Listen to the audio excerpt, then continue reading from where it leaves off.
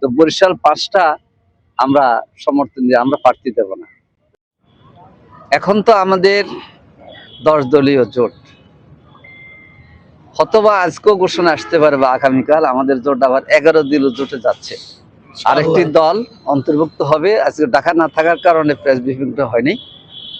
তো আমাদের যে 10 দলীয় জোট, আরেকটি দল যোগ হলে 11 দলীয় জোট হবে। কিন্তু আরেকটি দল কি আগেরই না, আগের দল না, নতুন দল ইনশাল্লাহ, সেটা আপনারা জানবেন। নামের একটু দিয়ে যান আমাদের।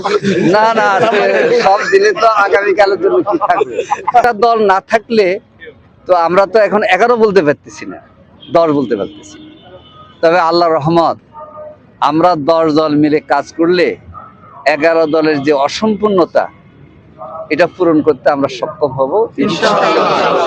দলীয় নায়েবে আমির শাইখে সরমনাই ফয়জুল করিম সাহেব দুটো আসন ইলেকশন করতেছে, বরিশাল 5 এবং বরিশাল 6।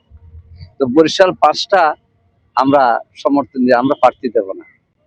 এটা এই জন্যে যে তাদের সাথে অনেক দিনের আমাদের একটা বন্ধুত্ব গড়ে উঠেছে।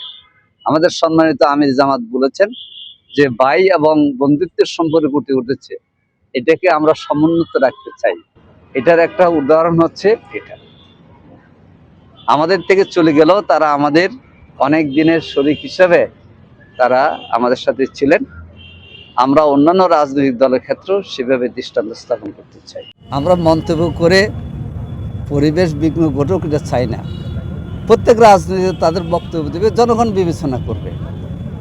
জামাত ইসলামীর কথা না বলে উনি একটি দলের দিকে ইঙ্গিত করেছেন। আর জামাত ইসলামীর ব্যাপারে সবাই মানুষ জানে যে জামাত ইসলামী একটি ইসলামী আদর্শ ভিত্তিক দল। সেজন্যে এই জাতীয় কোনো অভিযোগ জামাত ইসলামীর ক্ষেত্রে কেউ বললে এটা জনগণ বিশ্বাস করবে।